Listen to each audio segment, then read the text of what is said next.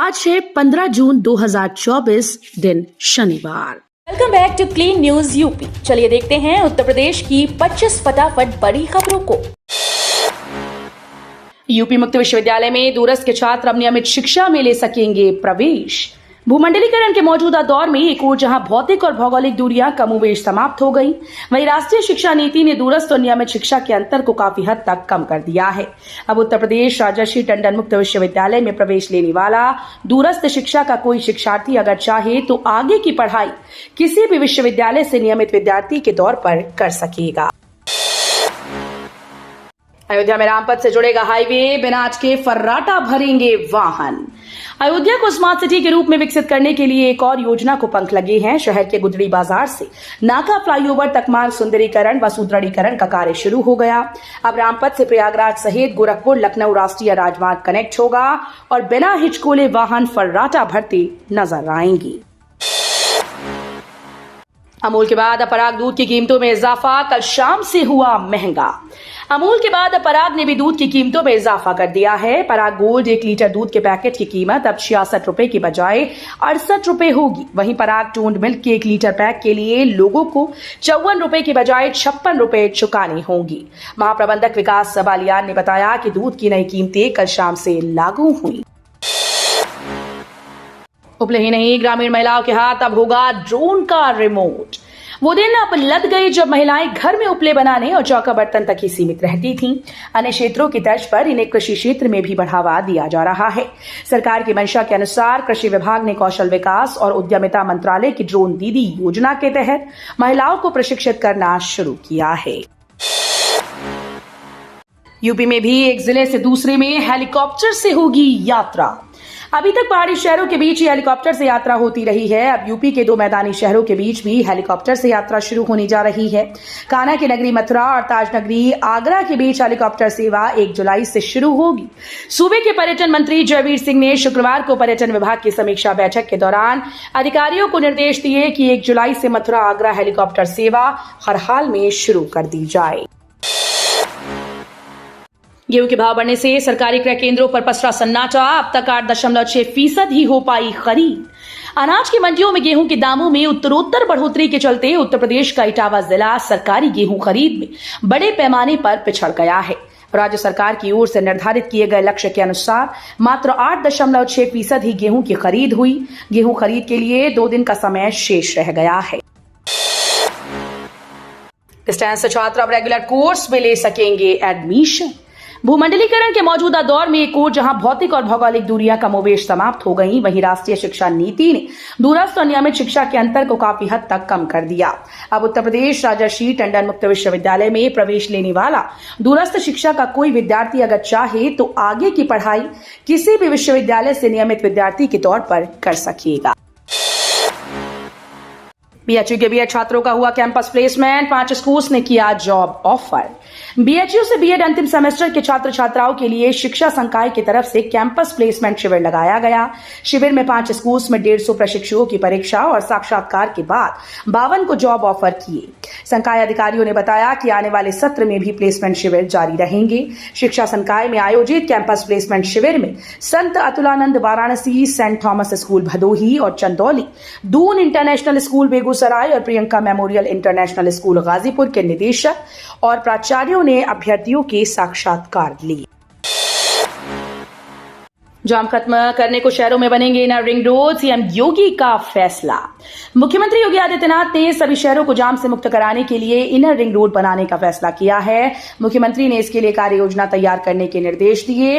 वहीं पश्चिमी उत्तर प्रदेश में विकास की रफ्तार देने के लिए खुर्जा और बुलंदशहर को मिलाकर एक विकास प्राधिकरण बनाया जाएगा।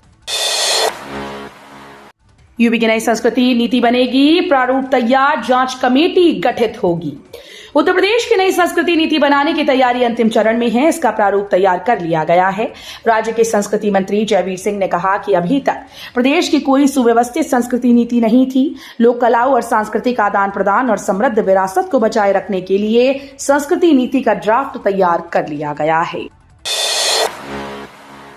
अयोध्या के राम मंदिर को उड़ाने की धमकी।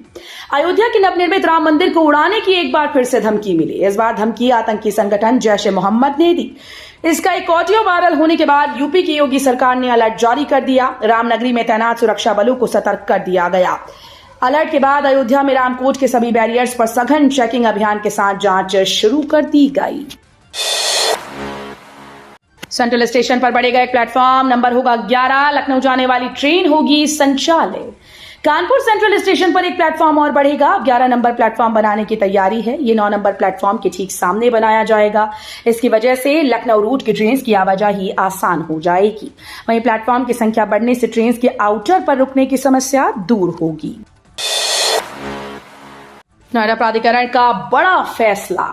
नोएडा प्राधिकरण ने शहर में सरकारी जमीनों पर हुए अतिक्रमण का सटीक डेटा जुटाने के लिए एक निजी एजेंसी की सेवाएं लेने का फैसला किया है। इस उद्देश्य से एक विस्तृत लैंड ऑडिट की योजना बनाई गई। निजी एजेंसी के द्वारा डिटेल मैपिंग के जरिए ये ऑडिट किया जाएगा। इससे अतिक्रमण की सटीक जानकारी प्राप्त होगी। नोएडा प्राधिकरण का बड़ा फैसला, तैयार होगा लैंड बैंक। नोएडा प्राधिकरण ने बड़ा फैसला किया है। नोएडा प्राधिकरण के सीईओ लोकेश शर्मा की अगुवाई में यह फैसला लिया गया। नोएडा प्राधिकरण ने इस फैसले से नोएडा क्षेत्र में एक बड़ा लैंड बैंक तैयार किया जाएगा। इस लैंड बैंक में उपलब्ध जमीन नोएडा शहर में पूंजी निवेश की इच्छा रखने वाली दुनिया की बड़ी बड़ी कंपनीज को आवंटित करके नोएडा में नया पूंजी निवेश कराया जाएगा। स्कूल में गर्मी की छुट्टियां 24 जून तक बढ़ाई गई। बच्चों के लिए 28 जून तक बंद रहेंगे विद्यालय। यूपी में भीषण गर्मी को देखते हुए परिषदीय स्कूल में गर्मी की छुट्टियां 24 जून तक के लिए बढ़ा दी गई हैं। वहीं बच्चों के लिए स्कूल 28 जून तक बंद रहेंगे। इस संबंध में महानिदेशक स्कूल शिक्षा कंचन वर्मा ने जानकारी दी। बता दें कि भीषण गर्मी को देखते हुए शिक्षक संगठनों ने गर्मी की छुट्टियां बढ़ाने की मांग की थी। एसोसिएशन के प्रांतीय अध्यक्ष विनय कुमार सिंह ने बृहस्पतिवार को मुख्यमंत्री व प्रमुख सचिव बेसे शिक्षा को भेजे पत्र में कहा था कि पूरा प्रदेश भीषण गर्मी व लू से तप रहा है। ऐसे में विद्यालयों को 18 जून से खोलना हितकर नहीं होगा। बनारस की सड़कों पर दौड़ेगी इलेक्ट्रिक बस, तो ई रिक्शा चालकों के रोजगार पर आएगा संकट। शहर में बीते कुछ वर्षों में टोटो की संख्या काफी तेजी से बढ़ी है। लोगों का मानना है कि इसके कारण शहर के यातायात पर काफी दबाव पड़ा है और अक्सर जाम की स्थिति उत्पन्न हो जाती है। इसी क्रम में यातायात विभाग की ओर से अपर पुलिस आयुक्त कानून और व्यवस्था ने टोटो चालकों संग एक मीटिंग की। एनसीआरटीसी का ऐलान, 16 जून को सुबह 6 बजे से चलेगी नमो भारत ट्रेन। रविवार यानी 16 जून को सुबह 6 बजे से आरआरटीएस कॉरिडोर पर नमो भारत ट्रेन का संचालन किया जाएगा। यूपीएससी की परीक्षा के मद्देनजर राष्ट्रीय राजधानी क्षेत्र परिवहन निगम ने ये फैसला लिया। एनसीआरटीसी के प्रवक्ता पुनीत वत्स ने बताया कि दिल्ली गाजियाबाद आरआरटीएस कॉरिडोर पर नमो भारत ट्रेन सेवा सुबह 8 बजे से शुरू होती है और 10 बजे तक जारी रहती है। गाजियाबाद रियल एस्टेट बाजार से जुड़ी खास खबर। गाजियाबाद विकास प्राधिकरण के द्वारा विकसित इंदिरापुरम टाउनशिप करीब 1200 एकड़ क्षेत्र में फैली हुई है। इस इलाके को गाजियाबाद नगर निगम को हस्तांतरित करने की प्रक्रिया लगभग 1 दशक से लंबित है। जीडीए के अधिकारियों ने बताया कि इंदिरापुरम को निगम को सौंपने में काफी समय लग गया है। नोएडा के सीईओ की नई पहल। नोएडा में आवारा कुत्तों का आतंक जारी है। रोजाना किसी न किसी गांव और सेक्टर में आवारा कुत्ते राह चलते लोगों पर हमला कर रहे हैं। इसके वीडियो भी सोशल मीडिया पर काफी वायरल होते रहते हैं। इस घटना को रोकने के लिए नोएडा प्राधिकरण ने एक अच्छा कदम उठाया। इस सिलसिले में सीईओ डॉक्टर लोकेश शर्मा ने सेक्टर 34 में नवनिर्मित डॉग शेल्टर का उद्घाटन किया है। आने वाले दिनों में और भी डॉग शेल्टर का संचालन शुरू किया जाएगा। खाना नहीं मिला तो बिफरे किसान, सीसीएसयू के गेट पर हंगामा। चौधरी चरण सिंह विश्वविद्यालय के नेताजी सुभाष चंद्र बोस परीक्षागृह में हुई 3 मंडल के 14 जनपदों की करीब गोष्ठी में किसानों ने खाना न मिलने पर हंगामा कर दिया। गोष्ठी के बाद भारतीय किसान यूनियन अराजनैतिक के नेता धर्मेंद्र मलिक के नेतृत्व में किसानों ने विश्वविद्यालय के मुख्य द्वार के गेट बंद कर प्रशासन के खिलाफ हंगामा करते हुए नारेबाजी कर प्रदर्शन किया। जनता ने भाजपा का अहंकार तोड़ा, हमें जनता से जुड़े रहना है, अखिलेश बोले।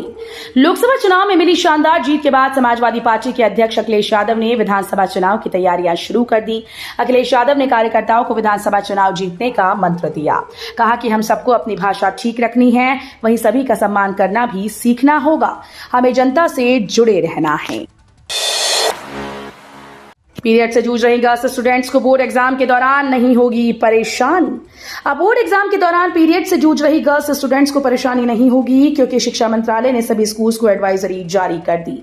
इसमें कहा गया कि 10वीं और 12वीं के बोर्ड एग्जाम के दौरान पीरियड से जूझ रही गर्ल्स स्टूडेंट्स को जरूरी रेस्ट रूम ब्रेक देना चाहिए। इसके अलावा सभी एग्जामिनेशन सेंटर्स में उनके लिए फ्री सैनिटरी नैपकिन रखे जाने चाहिए।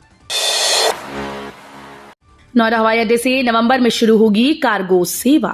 स्विट्जरलैंड के ज्यूरिक एयरपोर्ट की तर्ज पर बनाए जा रहे नोएडा अंतर्राष्ट्रीय हवाई अड्डे पर नवंबर से कार्गो सेवा शुरू होगी। कार्गो टर्मिनल के डिजाइन का काम पूरा कर लिया गया है। फिलहाल टर्मिनल का फाउंडेशन वर्क पूरा किया जा रहा है। हवाई अड्डे पर कार्गो सेवा का संचालन करने वाली कंपनी ने यमुना प्राधिकरण के सीईओ को परियोजना की प्रगति रिपोर्ट भेजी है।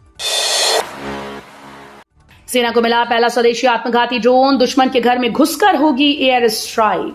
इंडियन आर्मी को स्वदेशी आत्मघाती ड्रोन नागास्त्र 1 का पहला बैच मिल गया है। इस बैच में 120 ड्रोन्स हैं। ये ड्रोन्स दुश्मन के बंकर, पोस्ट हथियार डिपो को खत्म कर देगा। आत्मघाती ड्रोन्स को सेना लॉइटरिंग मन्यूशन कहती है, यानी सामान्य भाषा में कहें तो सुसाइड ड्रोन्स। इसे बनाया है इकोनॉमिक्स एक्सप्लोसिव लिमिटेड कंपनी और Z motion autonomous systems private limited ने। उत्तर प्रदेश लोक सेवा आयोग ने 12,782 पदों पर भर्ती का प्रस्ताव किया वापस। उत्तर प्रदेश में सरकारी विभागों में 12,782 पदों पर भर्ती को लेकर पेच फंस गया। विभागों के द्वारा भेजे गए आधे अधूरे 594 प्रस्तावों को उत्तर प्रदेश लोक सेवा आयोग ने वापस कर दिया। इन प्रस्तावों में कई तरह की खामियां हैं। इसके चलते इन पदों पर भर्ती की प्रक्रिया पूरी नहीं की जा सकती। तो ये थी आज की 25 फटाफट बड़ी खबरें। अगर आपको न्यूज पसंद आई हो तो वीडियो को लाइक और शेयर जरूर करें। धन्यवाद।